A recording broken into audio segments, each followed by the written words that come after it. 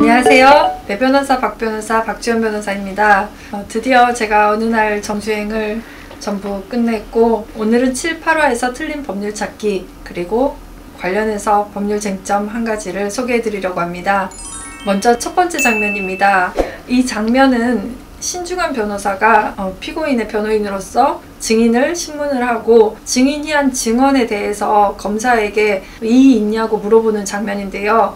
이의를 있는지 물어보는 것은 재판장이 할 수 있는 질문이고 변호인이 검사에게 이의가 있는지 의견이 어떤지 물어보는 그런 일은 없습니다. 다음은 8화에서 나오는 틀린 법률 찾기 두 번째 장면입니다. 이 장면에서는 재판장이 검사에게 최후 진술을 하라고 하고 있는데요. 피고인에게 최후 진술을 하라고 하지 않고 검사에게 최종 의견을 얘기를 하라고 합니다. 최종 의견을 물어보는 것은 구형을 어떻게 할 것인지 물어보는 것이고요. 형사재판에서는 공판 마지막 날이 있고 이 공판 마지막 날로부터 짧으면 2주일 아니면은 한 달 후에 선고 기일이 다시 잡힙니다.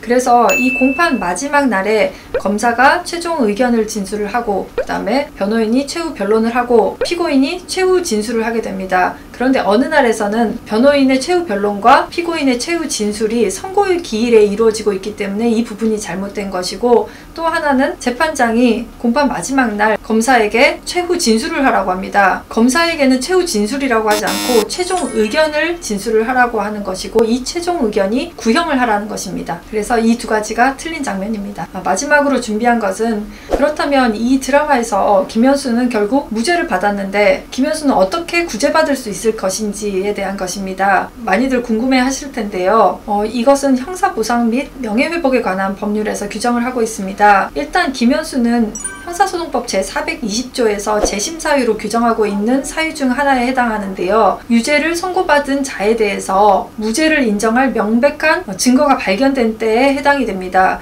그래서 일단 김현수는 재심으로 무죄 판결이 확정이 되면 확정된 사실을 안 날부터 3년 그리고 확정된 날로부터 5년 이내에 형사보상을 청구를 할 수가 있습니다.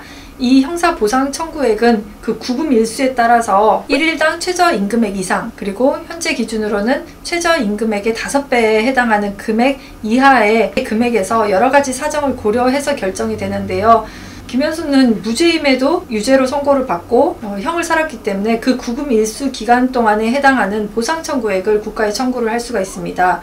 물론 이것만으로 전부 다 위자가 되는 것은 아니기 때문에 만약에 경찰 수사 그리고 검찰 기소 그리고 법원의 재판에 어떤 잘못이 있고 여기에 고의나 과실이 있다고 하면은 국가배상 청구를 통해서 형사보상액을 초과하는 금액에 대해서 청구를 할 수 있겠습니다. 잘못된 재판으로 인해서 억울하게 형을 살고 나중에 결국 무죄가 확정되는 분들이 있는데요. 이런 경우에 어떻게 보상을 받을 수 있을지에 대해서 궁금해 하시는 분들이 많아서 마지막 법률 쟁점을 준비를 해보았습니다.